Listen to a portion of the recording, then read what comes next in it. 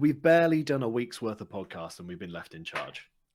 It's actually baffling that they would bother to do that. Like, they should have just cancelled, let's be honest. They really should have just cancelled it. It's our podcast now. Unlucky Rich. Talking about pirates, Callum, this is a mutiny and we're taking this. The bold brothers will take this podcast by storm. You're going to enjoy this one, guys.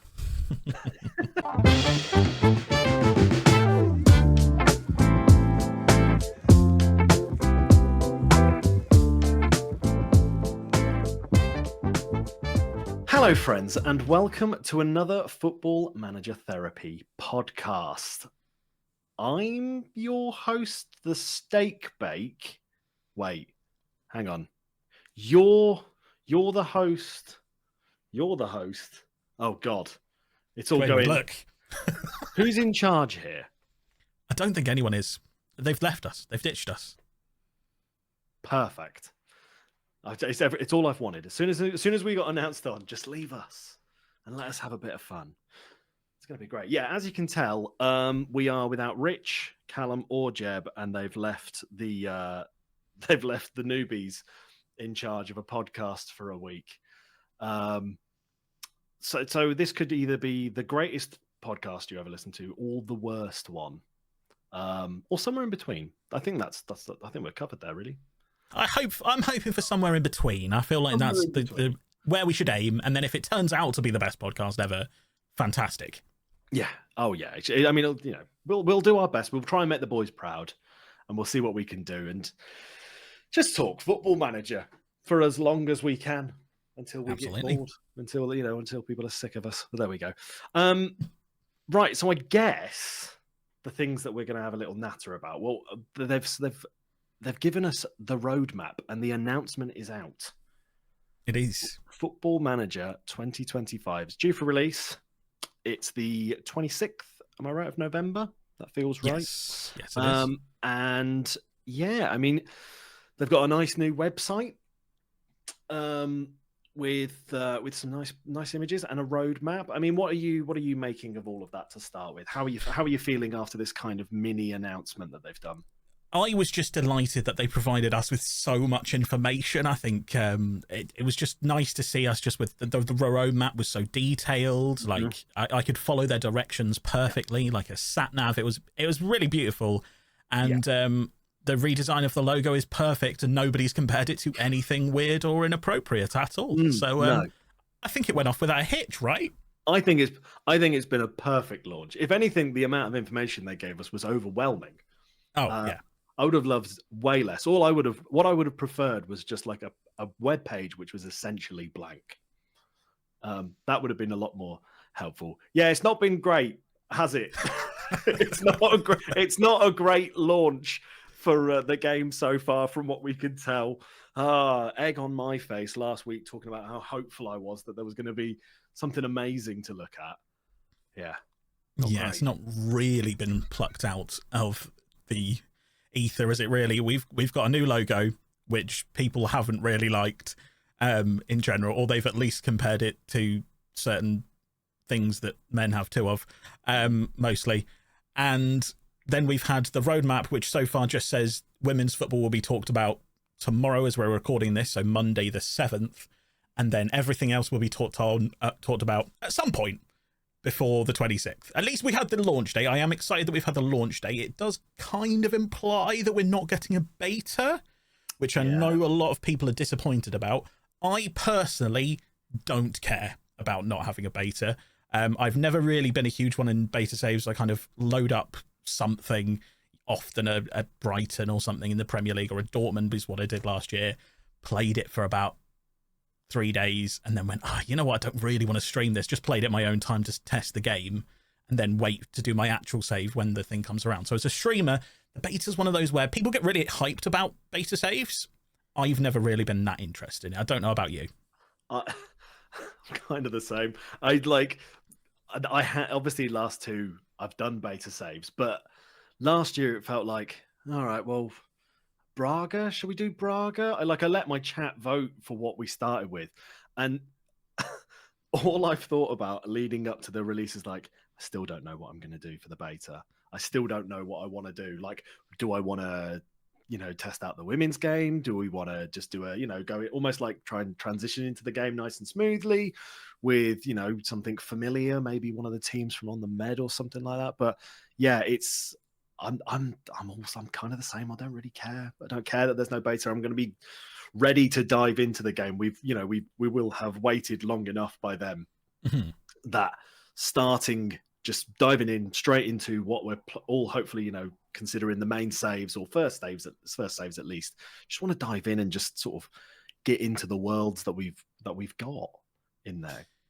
Yeah, I think it's one of those things where if you play it a little bit beforehand, we'll use streaming as an example, you can get a little bit like, well, I've done the testing now, I've done my first transfer window, I've done my first half a season, maybe you've done your first season and you've won something, like, well, I've done that now, I want to get into the game. You don't feel like doing the second season or the third season.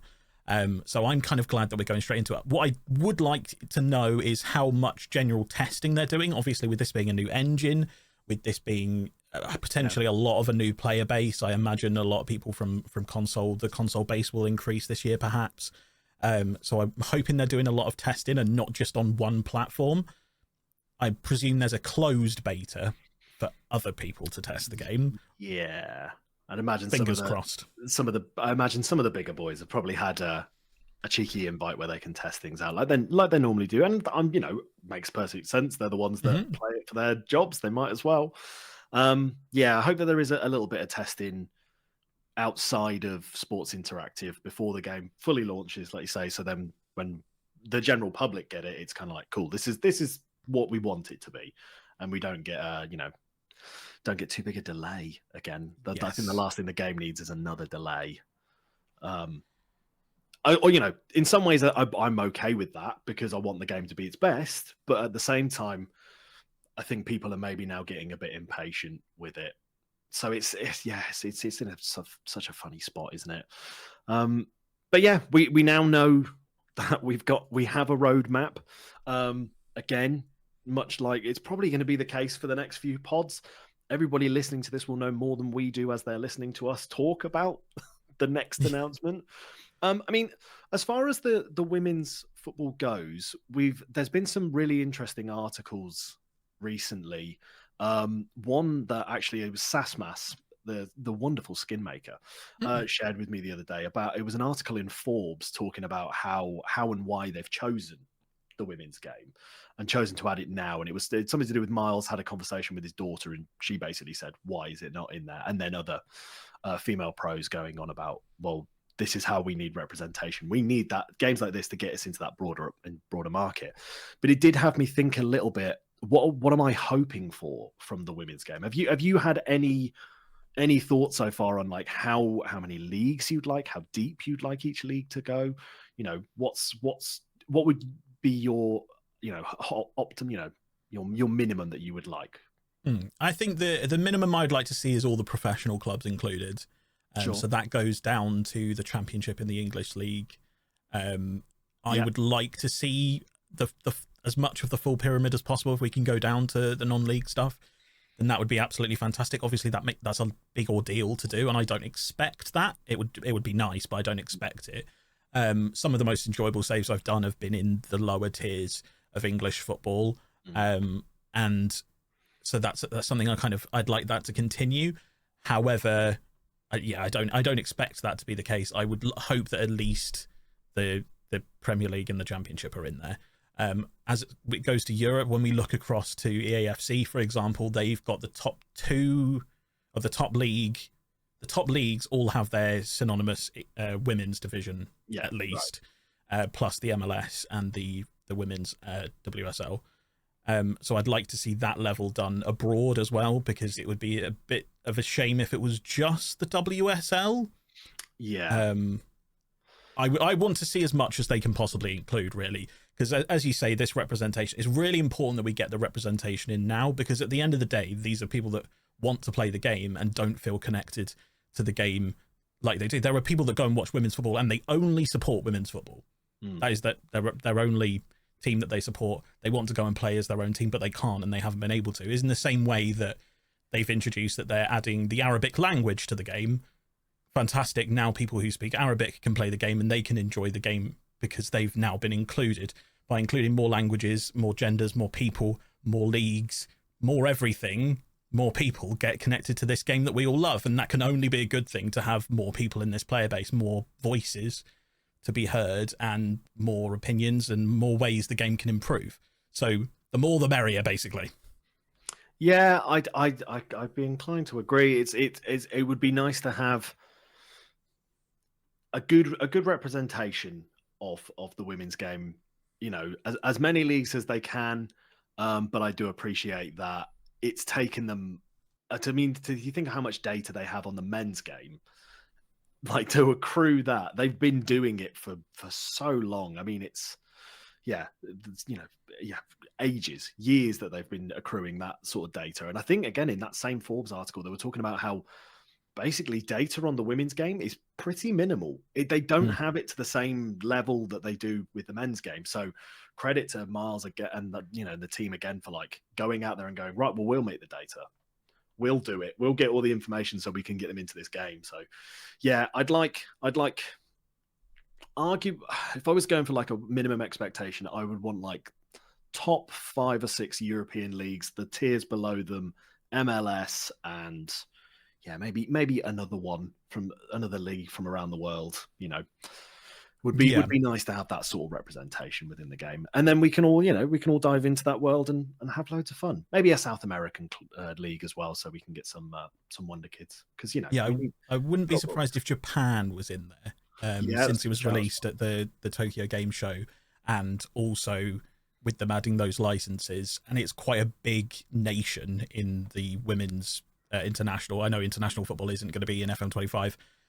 But Japan are quite a big team and have done very successfully internationally. So I imagine they've got quite a good league set up. I don't claim to know, but yeah, I imagine they've got quite a good league set up. So I'd be a little bit surprised if they didn't include there. So I'd imagine, top 5, 6 leagues in Europe, hopefully an MLS, Japan, and maybe a South American. If we can get that, that would be wonderful. Yeah, I think that would be a great way to introduce women's football. So I'm trying to think, because I don't remember playing the first iteration of Football Manager, but I'm trying to think, what leagues did the first Football Manager have? It can't have been, it's nowhere near as detailed as it is now. So I'm trying to think if it's kind of on a similar level, that that might feel like a nice balance, a nice way to sort of bring it in. But I'm pretty sure it's quite minimal. I'm thinking English leagues and maybe the Italian league were like the first levels of the game to be added. I know Italian leagues were added quite early on. I think I've seen a video where they've gone through and played as many Football Managers and Championship Managers, very other games as they possibly can. And I think I remember it being the English league and the Italian league were like the first. Sure. So that wouldn't surprise me too much if it was 2 big headers and then a few filter down leagues, but hopefully we get as much as we can, as I say. Yeah, nice way to kick off. FM25, some good women's leagues games. Right, outside of what we know we've got announced, they've on the roadmap. We've got things like they're going to show us the new interface, and I'm assuming that would entail a little bit of the match engine. I know that they're doing match experience a bit later on. Tactics. There's been rumors of new positions, new roles. Hopefully some of those are true. They look kind of interesting. Have you seen the list, air quotes, of new roles? Yeah. Yeah, that's very interesting. And then they've also hinted at in possession and out of possession tactics as well, and mixing those two things together where player roles change based on what tactic you're playing in and out of the ball, which I think is really interesting. I hope that's what they're going to add, because I think that adds a certain dynamic to the game. Again, we're comparing again to EAFC. They have added that this year. Your tactics can now do it in the ball, with the ball and without the ball mode. So your team switches, which I think is quite important, because at the moment we're quite linear with, you've got a 4-3-3 and it's staying a 4-3-3 whether you're with the ball or not, apart from minor positional changes like a box-to-box midfielder, for example, moves between the lines. But it'd be interesting to see if they do implement that. It would be nice. And yeah, I hopefully we see something to do with the match engine soon. The screenshots that were released to do with the interface were quite interesting, and that hinted at like the player faces. You could see Cozier Dubry had a generated face, and a lot of people are like, oh, does that mean, is that what the new gen face is going to look like? If it is, they look fantastic. They look very good. So that's a little hint perhaps into the match engine. Hopefully it might not be. They might have used a stand-in photograph for his face, but maybe. And then we got a very clean looking set of screenshots that you can see on the Steam store if you haven't seen them already. If you go in to buy, as if you're going to buy FM25, you can see the screenshots. And they did have, I think it was Fran Kirby's attributes for Brighton, and then a couple of other Brighton players on the men's side of the game, and then I want to say like an overview page with your training or whatever on it. And that looked clean. They looked very good. I'm excited to see how clean they looked. Some comments have been a little bit like mobile-y, but I think there's enough detail there for it to look very smart. I think it looks smart at least. Yeah, it looks clean, as you say. It looks very, very clean. Again, it's weird. I've said it so many times on stream. I don't know how you feel. Obviously, we've all used the SAS skin basically for the entirety of FM24. It's going to be weird not having something that looks like that. But I'm optimistic. I'm willing to change. I'm willing to see what it's going to look like. And I didn't dislike it. Although, Fran Kirby, 188 centimeters. Yeah, something like that. 6'3". Giant. It's like, that's not true. That's not right at all. She's nowhere near that height. But you know, details. It's all fine. I'm sure Fran will be fine with it. We all, anytime someone accidentally adds an inch to the height, I'm that's me. Absolutely, I'm 6 foot. I'm not 6 foot. 5'10". Yeah. Cool. Right, we've been set a little bit of homework, haven't we? We have interesting homework as well. I'm excited to see what you're gonna present to me in this section. Yeah, Rich set a bit of a challenge to come up with essentially some FM25 save ideas. And whether that's just to help inspire a handful of people on what to do when the new game comes out. I imagine quite a lot of people have already got the first save in mind. I know that I've got my first save in mind, but I imagine you've already sort of planned ahead a bit and thinking you know what you're going to be doing. But if it can help just inspire an angle for your first save, outside of some of the obvious ones you go for, hopefully we can help a little bit. Do you want to kick this one off? Want to give us your first one? I'll just mention before, if you're new to Football Manager or fairly new to Football Manager, I would always recommend you choose your team or a team you're familiar with to start with, rather than going into these more challenge-based FM saves that we're going to mention here. These are probably for people that are fairly confident at the game or want to heavily challenge themselves straight away. If you want to go in hardcore mode straight away, go for some of these. Having said that, my first one is not mega difficult, but it is interesting. I've taken Rich's What's the Story Former Glory from his save, where he is repairing clubs who used to be massive. So, for example, Chelsea, he's saving Chelsea, who are languishing in mid-table in the Premier League in real life. He won the league and the Champions League and things like that with them, and then moved on to the next team. He did Borussia Dortmund, Napoli, various other interesting teams. And it was a very fun save to watch this year from Rich. So in that vein, I have singled out a particular league, which I think you could either choose a couple of individual clubs from, which I'll mention in just a second, or you could do a fantastic network save with, because the second division of Germany, the Bundesliga 2, looks absolutely stacked this year. It has some of the biggest clubs ever to be in Germany. For example, FC Nuremberg are there. They are the second most successful club in Germany after Bayern Munich. We also have Schalke, Hertha Berlin, Hamburg, Hanover, FC Köln, all of which have recently been in the Bundesliga, and either through financial difficulties or playing on the field difficulties have found themselves in this division. It's a bit of a super division. There's a lot of teams in here, and I think you would do very well to select any of them. I've kind of singled out that Hamburg and Hertha and Schalke would be really good ones to do because they have huge stadiums. They have a lot of money, probably, or certainly once you get going, they'll have a lot of money. Obviously, they've had financial troubles recently, so you might start fairly low, but once you start to build up that success, the money from tickets, the money from TV revenue, if you manage to get up to the Bundesliga, is a decent amount that you'll be able to build quite a fun competitive team with them. So you start in the second division, but I don't think you'd struggle too much to get into the Bundesliga and re-establish these huge clubs back into their former glories. And I think that would be a really interesting one. Like I said, there's 6 or 7 of them, so you could do a really fun network save, but just choosing one would be difficult anyway. And it's not going to be super easy. It's not one of these where there's one fallen giant in the league and they've got lots of money and you just kind of swish your way up through the leagues. You have to compete with these other big clubs. There's, as I say, there's 6 of them.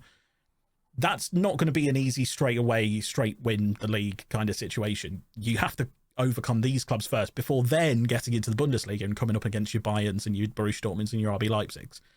I think it's a fun one. I don't know what you think.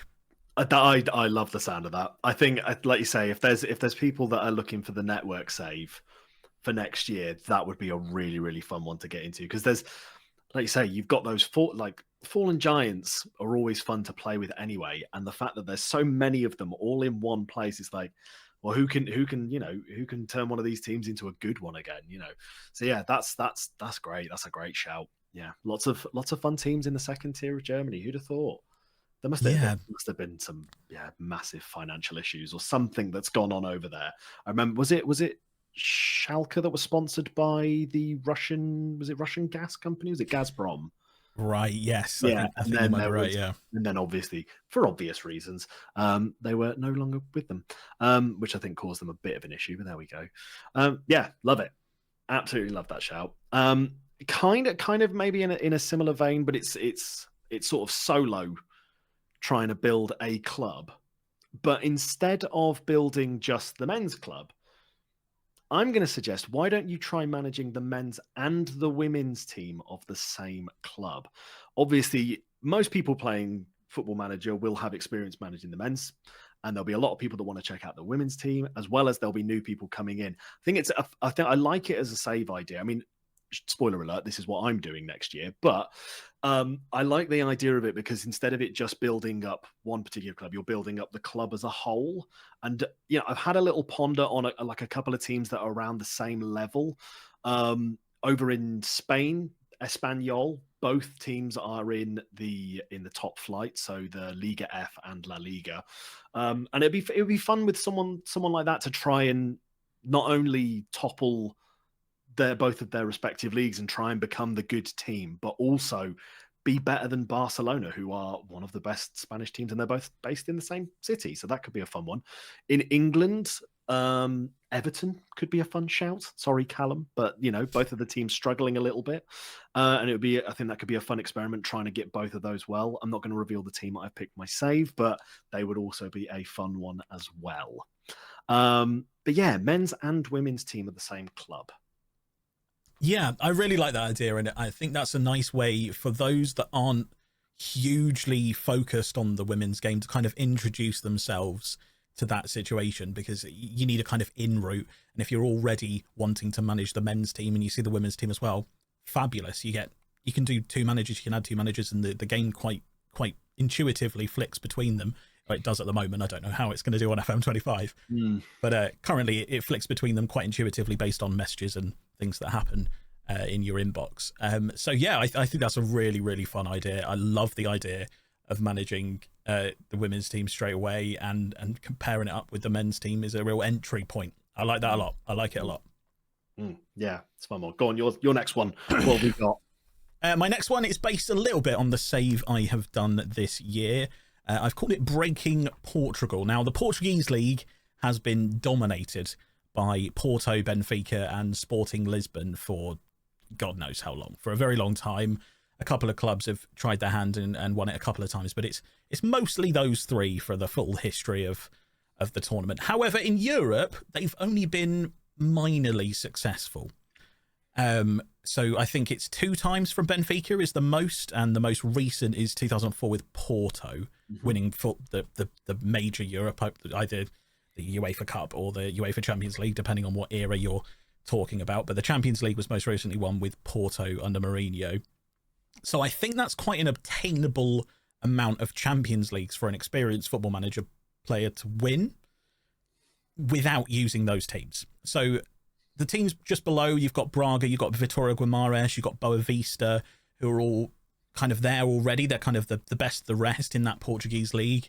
But what I did this year was I chose Santa Clara, who were in the league below, and they'd just been relegated from that league below, and they kind of hinted at the Europa Conference League a couple of times just before they were relegated. And so I think choosing that situation makes it more of a challenge. If you want a good save, I think Braga Vitoria is a decent one, Boa Vista, someone like that. However, if you want a challenge, using the lower clubs in the Portuguese league, you have nothing. You have no facilities. I say no facilities. You're 7s and 8s kind of level on the facilities. You have absolutely no money. There's no money in the league either. So you're reliant on loans from those big clubs or being very clever with the free transfers that you have. And I found it a real challenge to kind of build up. I've been very lucky. I managed to pull Archie Gray over on a free in the first season. For some reason, Leeds released him. Yeah, I have no idea why he was released. So they released him and I was like, well, I'm getting him. And I threw my every single pound or every single euro I possibly had in his face to try and sign. And he's managed to kind of fund the club and bring us up through the leagues. And then I also got James McAtee from Manchester City. And I sold him for £20 million. And that's the kind of clever transfers you have to do. You have to see these players who are like good up and coming youngsters that have been released and turn them into players that you can sell on and then build up your money, because you will not get anything until you are in Europe in Portugal. You get nothing until then. So it's a real challenge up until that point. I think that's a fun one. I've enjoyed it this year. Can't recommend Santa Clara enough, although this isn't their badge anymore.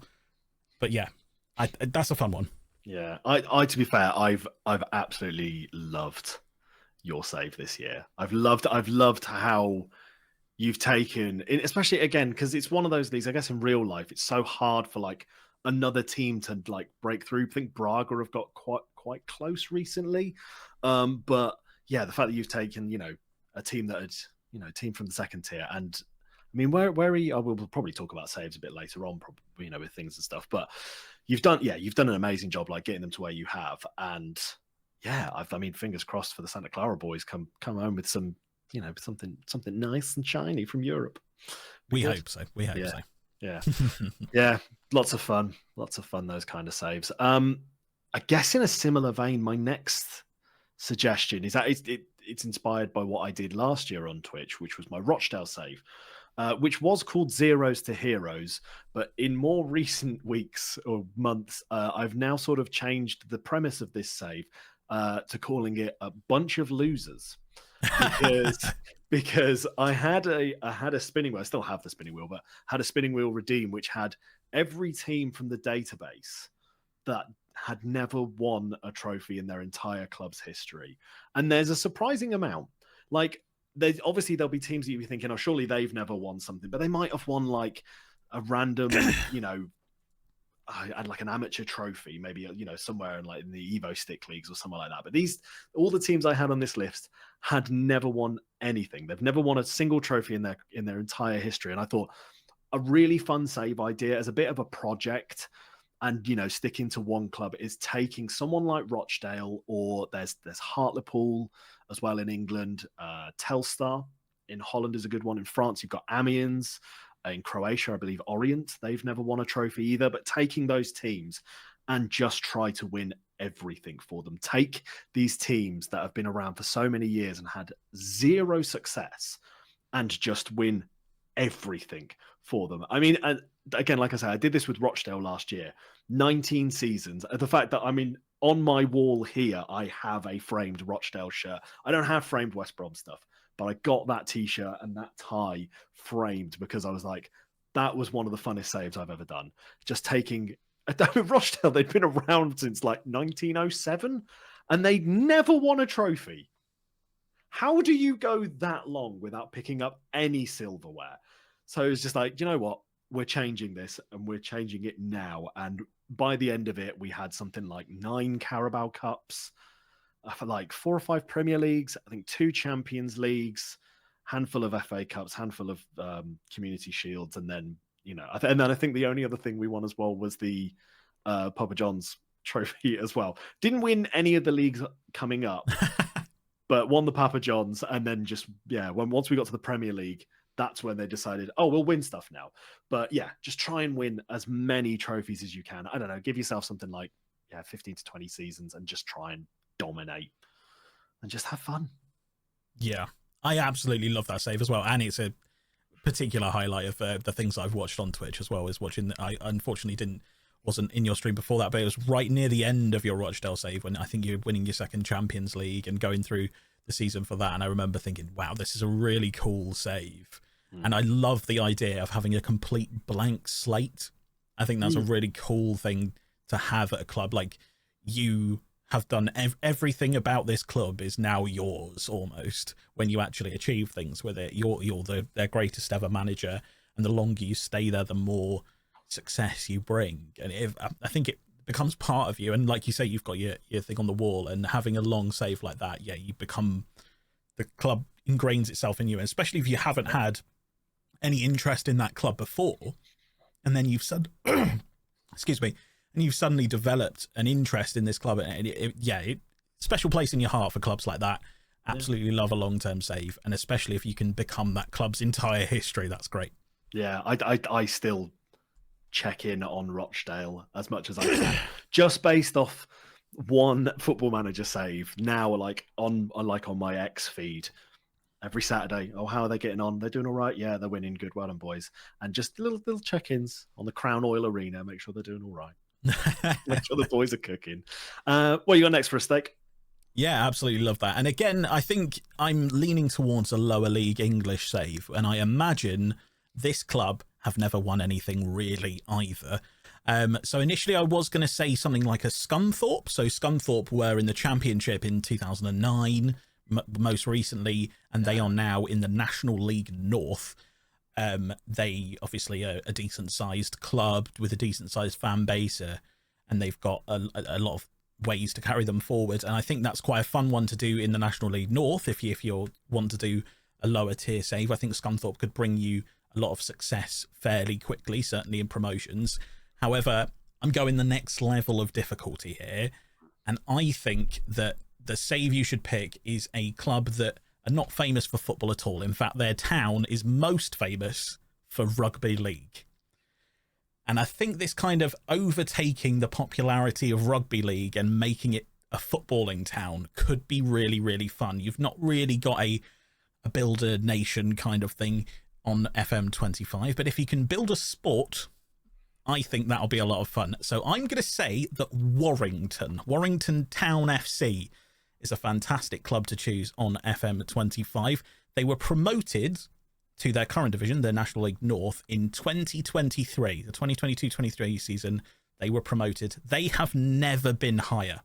This is the first time they've ever been in the National League North, and they have never, ever got higher than this step before. So if you can turn this minnow into a giant, I think that's a great save. And I love the idea of kind of comparing to the Warrington rugby league numbers that they get in their stadium, because obviously they're a huge rugby league club. They are top 3 or 4 in the league every single season. So turning that town into a football town sounds like fun. That's a very different look on a save idea. Like, okay, what is the most popular sport in this town? Let's change that.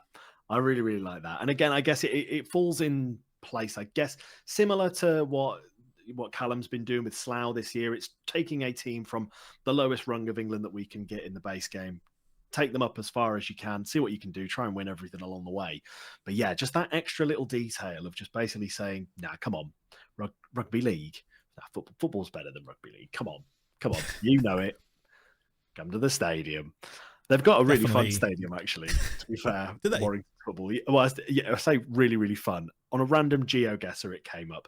As far as I remember, it's just a stand that looks very dilapidated and is surrounded by garden fences, because that's what it is. It's just you're looking over the fence. Oh, there's a football pitch here. There's a football stand. Oh, okay. Oh, it's Warrington. Oh. All right.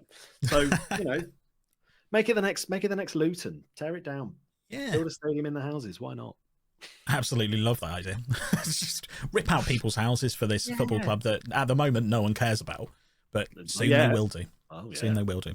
And I One day. definitely would not tell a rugby player that rugby's not as good as football. I definitely wouldn't tell them that. Not to their face. Not to their face. No. Yeah. In their back, when they lean over the back garden fence and be like, rugby's better, mate. I'll be like, okay. See, yeah, okay. You're probably right, 6'11" man. I'll leave you to it. I'm just going to go and stand over here with my Bovril. Sorry, mate. Terrifying. Glad you got the Bisto reference in there. I'm glad that we continued it for our had to try and podcast. do something. Got to keep it going. They still haven't sponsored us, by the way. Yeah. At this point, surely it's got to be a Twitter-wide sort of rebuttal here and just try and get the attention to them. So, hashtag Bisto for FMT. Keep it live. Yep. Keep it going.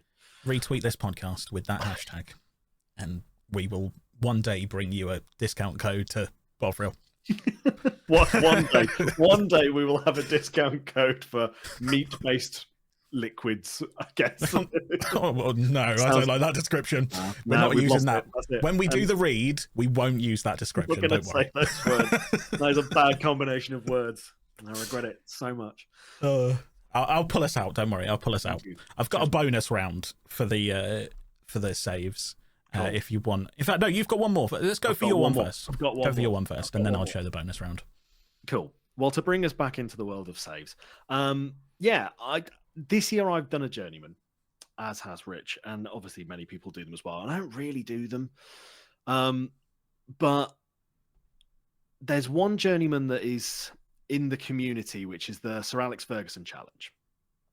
Where basically, long and short of it, you've got to try and replicate Fergie's career. I believe you start at I don't think you have to start at the same club he started at, but it's start at a second division Scottish team, then try and get a Premier League Scottish team, and then try and get a Premier League team, and then replicate what Fergie did, win as many Premier Leagues, hopefully in the same amount of time.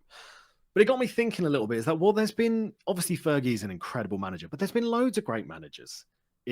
Especially in recent years, you've got the likes of Jose Mourinho, Carlo Ancelotti. Pep's maybe a little bit of an easier path, but why not set your save up to essentially try and copy a manager's career and just follow the same path that they did and make that kind of the restrictions to your journey around Football Manager. But a personal favorite choice of mine would be Roy Hodgson, because Roy Hodgson has managed, first of all, for so long. That man, I think he was a manager. It must have been for almost 40 years. Just such a long time that man was in charge of clubs and has been all over the place. He's been to Sweden, obviously England, Italy, Switzerland. I believe he's managed some national teams as well along the way. So there's plenty of scope to go and just follow a manager's career. Again, I wouldn't say you have to start at the exact same club, but I think, give yourself parallels. So maybe start in, if you were following Roy Hodgson, you start in the second tier of Sweden or a second tier Scandinavian league. And then you have to try and win something in one of those. And then when it comes to like someone like Switzerland, it doesn't have to be Switzerland, but it could be a landlocked country in Europe, and just like give yourself a little bit of lenience so you can get around the place. But yeah, try and replicate a manager's career and see how you get on. I really like that idea. Instantly, straight away, from my Portsmouth perspective, I was like, oh, Harry Redknapp, that would be quite fun. He's had a bit of a sprinkled career, loves to jump off to a team's rivals or something like that. Yeah. Damn you, Harry. We love him and hate him. But then I thought, actually, international management needs to be for that, because obviously he managed Jordan for like 6 months, didn't he? Which was a weird one. Yeah. So there'll be like the rogue national. I guess you just replace that with try and manage in the country if you can. But yeah, that would be, it can cause a little bit of a scupper in it. But is there any, like you say, you've just thought of Sam, is there anyone else that would like, who'd be the most interesting manager to try and copy, do you think? Well, there's quite a few that like to jump ship a lot, like a Neil Warnock or a Sam Allardyce. One of the more recent managers, Graham Potter, might be quite an interesting one to do, because obviously he started in, is it Sweden? I think he started in Sweden. I think he started, something like somewhere in Scandinavia, somewhere really low down. Yeah, and then he did obviously Stoke, and then got his big break. In fact, fairly similar to Alex Ferguson, but over different countries. Like, he's chosen quite a low reputation tier, then gone to the Championship, then gone to the Premier League. That's quite a quite an interesting career path. Yeah, I think there's some fantastic managers definitely out there that you could find a cool, fun career path of, and or someone like Pep, where you just manage all the way around Europe and only hit the big teams. If you want a nice easy ride, just the big teams only. Hell yeah, just win everything first time. Don't even think about it. Spend the money, do whatever it takes, and be the best. Yeah, what a complete fraud. I mean, what?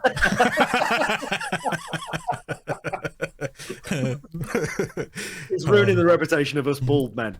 Come on, manage a national league team. Come on, come on, Pep. Come on, you know you want to start down at Warrington next season.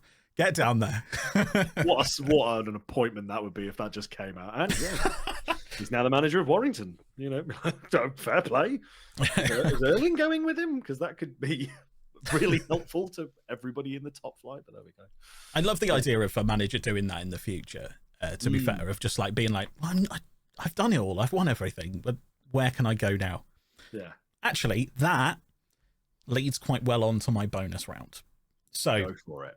My bonus round does require a little bit of patience before the game, once the game is released, for someone to make a nice database for you. Obviously, you usually get the tier 10 database for England. This one requires the tier 4 database of France. So it only goes down to 3 at the moment. The 4th tier of France currently has another fallen giant in it. And it is a fallen giant that has attracted the attention of people recently for a player who has gone there and decided to play for them for almost nothing. It was in a Zealand video recently on his Zealandism channel. I think it was called Based or Restored Humanity, Football Humanity Restored or something along those lines. Yeah. And it's because Andy Carroll of Liverpool and Newcastle fame is currently playing, and West Brom, of course, and Reading and various other teams. He is now playing in the 4th tier of France and scoring goals as well. He scored 2 on his debut, I think it was. Yeah, and really good debut, yeah. Yeah, and he is earning less than £3,000 a month to go and play for them. So he's taken a huge pay cut, quite happy to go down there and just play football. And he was saying in his interview that he just wants to help people out. And it was like a really nice thing. He clearly doesn't care about the money. You get some of these players that just go to Saudi Arabia or whatever, and they go and play for 12 fans who don't really care just because they want an Instagram photo of Ronaldo. And yeah, that can't be fun. It can't be fun. It must be demoralizing, especially if you love football. And it's quite clear that Andy Carroll loves football. So he has gone to Bordeaux, and Bordeaux used to be in the top division of France. They recently dropped into the 2nd tier and then were liquidated and have reformed in the 4th tier. So choosing them would be a lot of fun. You get a big fan base, very big fan base, huge member of France, and you've got to build your way back up. I imagine it would be okay to start with players like Andy Carroll there. Your reputation must be quite good, so you might be okay to start with. But then you hit the French top division and you have to deal with PSG every week. Yeah. That's already a challenge. Like, just picking a lower Ligue 1 side is difficult in Football Manager because of PSG. So going from the 4th all the way up to topple PSG is a hell of a journey, and that's a little bonus one. But you do need that database download, unfortunately. I mean, or make it yourself by all means. Oh yeah, absolutely. Yeah, sit and work on it and make it for the bigger community. But yeah, I do have a lot of time for those kind of saves. First of all, the Fallen Giant is such a fun save to do as well. But yeah, Bordeaux. I mean, I think Bordeaux feel like it was one of those names. As soon as that kind of got announced that they had got relegated, I think there was like a wider sort of intake of breath within the FM community. They went, "That's a save. That could be good. That could be fun." And I completely agree. I think it would be amazing. But again, you've got the likes, like you say, you've got Andy Carroll up there. What a boy. What a guy. Just saying, yeah, I don't care about paying. Just let me kick a ball and just try and help you out. Yeah, what a team to try and restore some glory to, because I'm sure they were relatively like successful not that long ago in their history. I want to say maybe early 2000s. I'm sure they won some sort of trophy. It might have just been a domestic cup, or they contended for the league or something. I'm sure they've won something relatively near. or either that, or I'm just getting them completely mixed up with someone. But yeah, Bordeaux, what a cool team to start with. But we need the database, sadly. And Yes. because I also have a bonus one, and I have a strong feeling you will also need a database for that one. I have a strong feeling for that. And this was actually suggested to me. We were chatting just before this. One night I was talking with my good buddy Mike, and he was like, "Do you know what would be a really interesting one if it's doable?" I was like, "Go on, share away an FM save." And I thought, actually, he's made a really good point here. During World War II, women's football was like one of the only sources of entertainment we had in this country, and I can't remember the exact year that it tailed off. I want to say it was maybe even 50s or 60s that they basically said, no, women shouldn't play football anymore, and they put an end to it. But during World War II, there was a Preston-based team, and again, I'm inspired because this team name is fantastic. Apologies, they're called Dick Kerr Ladies, which was the name of the factory that they worked in. They're a munitions factory, I believe, and they were like the most successful team of the era. Now, obviously, they don't exist anymore, but if we get a database that goes low enough, Preston North End Women's are in there. Not only would I think it would be fun to, because we talk a lot about, take a team from the bottom division or the lowest division you can and drag them all the way up to the top and, try and win as many trophies along the way. I think it would be a really fun one to do it with Preston North End Women's. A little bit of women's football history, and also bringing success to, an area that was, obviously super important to this nation during a war, and, just try and win as much as you can with them. Maybe, continue the legacy on in a really interesting way. And I guess a fun tag with that would also be take Preston men's and bring them up to the Premier League, because they won the very first football league. So apparently Preston, far more important to English football than most people give them credit for. So fair play to you, Preston. And interesting, they also had the first ever KFC. Don't know if you knew that. Well, that's the trifecta. That's the hat tricks: best men's, women's, and KFC.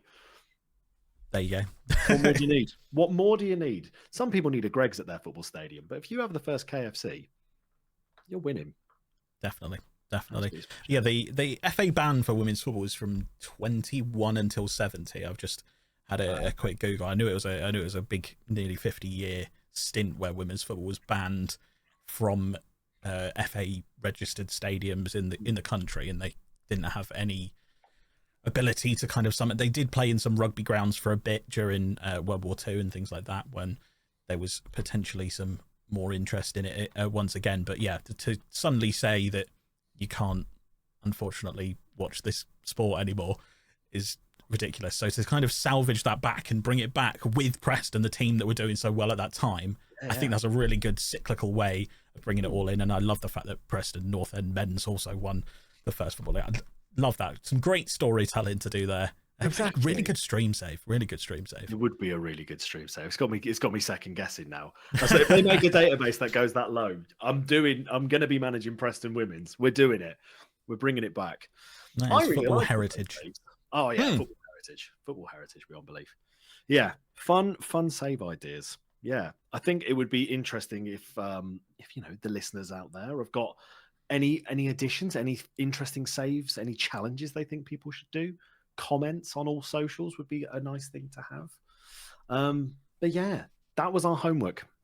Football Manager saves. Let us know what you do. And it was a lot of fun as well. I had a lot of fun going through the kind of leagues to see which teams had dropped down and which teams were newly promoted and what their history was and things like that. And finding out about a club, I think, is like kind of the charm of some of these saves. So if you find a great story in the build up to this season, like maybe it's the team's first ever season in that league, maybe it's the team's last ever season in that league, that kind of thing, or they've just renamed, or they've just moved stadium, or the kind of Wimbledon to MK Dons sort of shenanigans that went on. If there's anything like that out there that you find and you find out information about, do tell us, because that is a fantastic idea for a Football Manager save. Yeah, love it. Absolutely love it. Speaking of Football Manager saves, Mr. Steak, and people have heard enough of me on my football save, but it's been a hot minute, I think, since we've heard about Santa Clara, and I would love to know. I'd love for the people to know how you're getting on, buddy. How's Yeah, Portugal is a really fun part of Football Manager to go through. I'm just going to bring up the save at the start, but I'll kind of detail the reasoning behind the save and how it all came about. So I went on holiday to the Azores, which is a group of islands owned by Portugal, technically in Europe, but they're 1,000 miles off the coast of Portugal out into the Atlantic, and they're about 2,000 miles away from America. So it gets quite a lot of American tourists, quite a lot of European tourists. It's a beautiful part of the world. It really is. They're volcanic. They're the only volcanic islands in Europe. They have these sweeping landscapes, and it is beautiful. And the island that we went to was São Miguel, which is this, for the audio listeners, I'm showing a flag on my shirt. It's the flag of São Miguel. And it's just one of the most beautiful places I've ever been. And there was like this lake in the middle of a volcano, and we went down to it, and it was just silent. And I've never been anywhere that's silent before. There's always a road. There's always people, children, dogs, birds, and there was just nothing. It was just beautifully silent. And it's one of my favorite places on planet Earth. And I was like, I've got to do something with this, because I've got to tell people about this location. And then I found out that they had recently been relegated from the top division of Portugal down to the second tier. And they had spent almost their entire existence in the second and third tier, and they just popped up. They had gone to Europa League qualification, lost the first game, and then never played in Europe ever again. Wow. And they Europa Conference League, sorry. And they were just at that right level where I thought, you know what, you could definitely make a save out of this. It'd be a really fun idea to kind of challenge. And I started to look into the success of Portugal. And as I've mentioned, Benfica, the most successful European team in Portugal, they have won the European competitions twice, all the way back in the 60s, I think it was. So I kind of set myself the task of bringing Santa Clara and kind of invading Europe. So I call it Island Invaders. We're invading Europe, and we're going to become the tiny little, they're almost a micronation to kind of go in and win a European trophy. Now, I've not got there yet. I will preface this by saying I've not got there yet. However, we are the key word, though. Yes, we are well on the way. We are on the way. So when I took over in season 1, the club had some difficult looking players to use, shall I say the least. One standout player, though, who I still have, and he is my favourite player, is Gabriel Batista, or Gabe Batista. He has a fantastic jingle written by the beautiful D-Boy Place next to me, to the sound of the Okie Kokie. Oh, the Gabe Batista is my favourite jingle ever. It's amazing. I had so much fun recording that one. I've got the mic about this far from my, so you can hear how quiet it is, and I was my neighbours must hate me, because as loud as I could, I was doing. Yeah. It's brilliant. And he was kind of their standout player. And he's like a good quality goalkeeper. Like, he's probably a mid-top division goalkeeper for that level. He probably shouldn't be at me now, but he still is. And I still love him. And he takes my penalties, and he scores loads of goals because he has 16 composure or something like that. So he just puts penalties away, which is great when you don't have a particularly good squad. So in the first season, I went to start asset stripping, really, these players. A lot of the players were let go. I brought in a lot of loanees from the top division. And I was like, you know what? The players I know about are retirement home players. So I was like, the first season, we're going to need to make this a bit of a retirement home. So I had Jose Altidore, to reference with the American tourists coming over. I had Raja Nayangolan.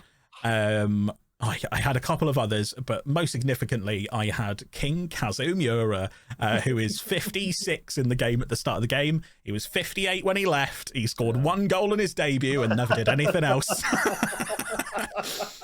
Oh, absolute legend. It was great to make this little very gritty team of really high quality players. So you get these amazing 35-yard screamers and like really well worked passing goals, but none of them could track back, none of them could defend. They had all of their ability drained from them gradually over the save. So eventually I had to be like, okay, we need to start to bring in our own players now. And Leeds United inexplicably released Archie Gray, who is a wonder kid straight away on Football Manager. He is a wonder kid in season 1. So to get him on a free is ridiculous. And there were other teams sniffing around, and I literally was like, I'm throwing everything. I threw my entire wage budget at him. He was the only signing I made in that transfer window, I think, bar loans and frees. Like, he was the only one I could possibly put any wage budget to. And he has kind of become the save, really. It's kind of been Archie Gray's Santa Clara side. We've signed a couple of other people as well. I had a previous save where I did English only, and I had a chap who some Cardiff fans might recognise, Keon Atete, championship level striker. He's 6'4", he's young, but he is not particularly good. But he scored loads of goals for me with a particular tactic where I was lumping the ball into the box, and he scored loads. So I managed to dwindle him in season 3, just as we got promoted to the top division of Portugal. And we then did pretty well in Portugal. Like, obviously, we've got absolutely no money, and the only money that we've managed to get so far is by selling players. Like I mentioned earlier, we sold James McAtee, who we got on free from Man City. We sold Dane Scarlett for a couple of million quid, who we got free from Spurs. There's a number of interesting signings that I've managed to make and then sell on. Archie Gray, I want to keep round, though. He's my guy. He's my guy. He's never leaving. Yeah. He ain't leaving, and he does want to, but no. You may not. Stuck on the island now. Yeah. The boats there's no boats, there's no planes. I've grounded them all. It's my island now, Archie. Sorry. It's less island invaders and it's more lost. Yeah. Now you're trapped here now, Archie, and you've got to work out the mysteries. You've got to work out the mystery to get off the island. Exactly. And weirdly, the time I signed Archie Gray, I also got a dog in real life and called him Archie. And that had nothing to do with the player. It just so happened to happen at the same time. But, these things happen. So the name Archie is now synonymous with me. I absolutely love Archie Gray, and he will be here forever, whether he likes it or not. And last season, which was our second season in Portugal's top division, so we did reasonably well. I think we finished 11th or something, which is pretty good in your first season when you've got no assets whatsoever. And then last season, we finished in 6th place, which was absolutely fabulous because it meant that we got the Europa Conference League back to Santa Clara. Obviously, I mentioned they dipped into it for just a qualifying game, and I was pretty worried that is how it was going to go with Santa Clara this year, because straight away we drew St. Patrick's Athletic from Ireland, and I was like, oh, okay, we should probably beat those, I think. And straight away, in the home leg, we drew 2-2. And I was like, oh, no. We're just going to go out. We're going to go out, and this is going to be another year of us just waiting around, trying to get that 6th place and not being able to improve and take that step forward. And then we went away to St. Pat's, and we won 4-1. And so we got through. I was like, okay, excellent. There's a second qualifying round that you get if you come 6th in that league. So I was looking around to see what teams it could be, and there was a couple of big teams I recognised, and one of them was Rennes, who were currently 2nd in the French league at the time, and they had done very well. And I looked at a few of their players, and they still have Calimawendo and people like that, and I was like, oh, please don't get them. So we drew Rennes. Sure. It was clearly going to be the end of our European campaign, and we beat them in both legs. We beat them 2-0 and 1-0, didn't concede, absolutely battered them. And since then, I am now 6 games through the group stage of Europe. We have not lost, and we have come 2nd in the Europa Conference League, and including a 2-2 draw with Tottenham Hotspur. Was it at Spurs? I think it was at Spurs. I'm just double checking that. It was. It was at Spurs. We went to Spurs and we scored a 90+1 minute equaliser. It was Keon Atete, and it's the biggest game in Santa Clara's history. And yeah, it was so good. We did it on the stream last week. It was absolutely fantastic. And that's kind of where we're at now. We are doing very well in Europe. We're doing okay in the league. I think we're 6th. Yes, we are 6th this season, just languishing behind that group of Porto, Sporting, Braga, Boavista and Benfica. And we've kind of become the best of the rest, I would say. We've established ourselves as that now because we are like noticeably clear of 7th and 8th, but we are still not quite with that top 5. So I think with a decent European run, that increase in reputation, we could go on and do very well this season and next season. And yeah, it will be streaming anywhere on Twitch. Well, it will be streaming on my channel on Twitch, obviously, in the next few weeks until FM25 comes around. And I'm really hoping we can at least get one good Champions League run out of it. I'm hoping we can do well this year, build on that, get to the Champions League, and then have one good hit at the Champions League. If I can win some games against big sides of the Champions League, even though I've not achieved my objective this season, unfortunately, due to taking a long break from streaming, but I think I would have done, because this has been a really fun save to do. There's been some little gems in there of Archie Gray and King Kazu and various other things that have happened in this save. Yeah, it's been really fun, and yeah, I love Santa Clara, and I love the Azures, and if you ever get the chance to go. It's so nice. It's beautiful. Yeah, it's to be fair to you, it's been a wonderful save, and I'm even going to say this, mate. I missed it when it wasn't on Twitch. I really missed it just because there was so much. Like you say, there's just so many like fun little things. Even having like Jaden Heskey just in and around the team, and you're like, oh, okay, cool. And then Heskey does something, you're like, oh, that's so much fun. And yeah, it would be wonderful to at least win, try and win the Conference League or something. Have success in that, like you say. If you can get into Champions League, it'd be what a gift. What a gift that would be to the wonderful island of the Azures. And I love that you picked a place off somewhere you went on holiday as well. I love that, because again, I think that's a really good save idea. If you go away on holiday somewhere, pick a team you've been on, you've the town you've been to. There we go. More save ideas. There you go. You got bonus ones. Double bonus. Where are you going on holiday next year, guys? Tell us, and then do an FM save and tell us how you do. If you go into Chelsea, you're kind of boring, aren't you? Go somewhere more interesting. No one's going on holiday. If you go to holiday to London, maybe, but no. Just Kensington and Chelsea. That's what I want to see. Those little areas. Just go and have a nice walk around there. I love Battersea Power Station. Yeah, really, really. I only like that part of the Thames. That bit down there, no need for it. It's too far inland. That way, it's too near the coast. This bit's just for me, and I love it. Yeah. Weird holiday for someone to have. Sorry, I can't get over the fact someone went on holiday to. Where are you going? I'm going to Chelsea. Yeah, sure. I'm sure it happens. They must have a roaring tourist trade. Oh, somewhat, yeah. There'll be people with more money than sense that are just like, yeah, we're going on holiday to Chelsea. Why not? Yeah, just weekend break. Lovely. No, but if you are going on a holiday, guys, definitely do a save based on where you go on holidays, particularly if you enjoy it, because one of the reasons why I was so keen to do Santa Clara as well, because the plane that we took over actually had the team on it. Like all of the team were on there, and I thought it was Benfica at the time. I didn't know anything about Santa Clara. I hadn't researched where we were going on holiday at all, and they all had this badge. If you can see it on the YouTube video, it looks like Benfica's badge in a white shield. Basically, it's no longer their badge. They've changed it and rebranded this year. However, when I was there, they were wearing this very Benfica-looking badge, because they used to be an academy of Benfica before they were turned into the club that they were turned into. And so I was like, oh my God, Benfica on the coach. Do I recognise any of these players? And I was looking through, I was like, I don't think I do. And so then I was like furiously Googling. I found Santa Clara. I was like, oh my God, wait, that guy, I know that guy's MT, who's a weird named player on the game. That is his full name on the game, by the way. MT. Great. Wow. Just what the letters MT or EM? The letters MT. The letters. I think it's MT. I might have the initialism wrong, but I'm pretty sure it's MT, because I was like, oh, Michael MT 13 Industries. Yeah. Good it won't search on my save because there's too many results for MT if you just Google MT, unfortunately.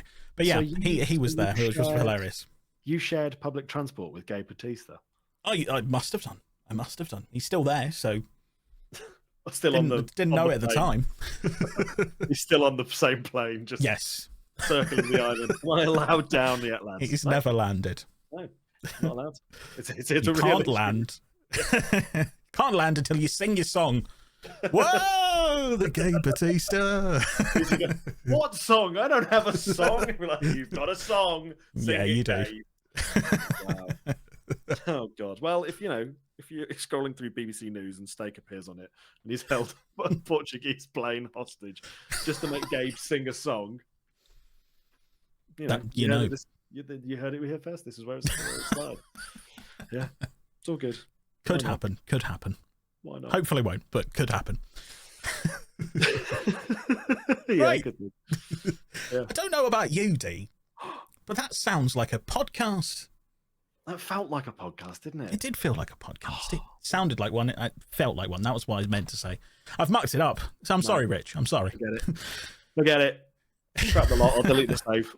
Delete the video. It's gone. Delete it now. No. Thankfully, and hopefully, other guys will be back for next week's podcast. We've got one on the injury table. We've got one on international duty. And we've got one on loan to his missus for the evening. So unfortunately, those guys will be back. Unfortunately, they'll be back next week. You won't get the double bold twins. Look, the Phil and Gary Neville duo. I thought you were going to go for the Mitchell brothers from. Oh East no, End. I should have done that. To link with the soap opera that we were talking about last week. Absolutely. Damn it. Yeah. Well, there you go. Phil and Grant Mitchell. It's not us. If people want to catch you live, buddy, where could they do so? Twitch.tv/the_steak_bake, and then just the steak bake on every other platform that you can think of. TikTok, Instagram, Twitter, all of that good stuff. YouTube. I will be back this week, hopefully Monday, because we're not got network save this week. So Monday night, I will likely be streaming some Santa Clara goodness. So you can see how we do in the knockout stages of Europe. What about you, my beautiful man? Oh, if people want to come hang out with me over on Twitch, they can do so at D-Boy Plays. That's DEEBOI Plays. And I think it's worth, obviously, for the other three, we've got Y Callum, Jebaroo, and Rich Owens FM if you want to spend some time with any of them when they're next streaming. So that'd be lovely. And please do. They are beautiful and fantastic human beings. No matter how much I say, unfortunately, they will be back. I'm glad they will be back, hopefully. And I'm praying that they will, because it's just great hanging out with them. And it's great for you guys to hear them too, because they're very professional and wonderful and funny. So it'd be lovely if you check those guys out as well. And of course, check out Dan. So I don't really know how we end this from here. Do you? Well, Rich usually has a sign-off. You have a sign-off. I do. You have a popular sign-off. I do. I can try and do some sort of amalgamation of the two. Okay. Well, thank you very much for listening to the podcast this week. It's been lovely to have you. I hope you have enjoyed it. Please remember to be kind to one another, which I will show you and point to for the YouTube people. Love you lots, and I will see you soon. Goodbye.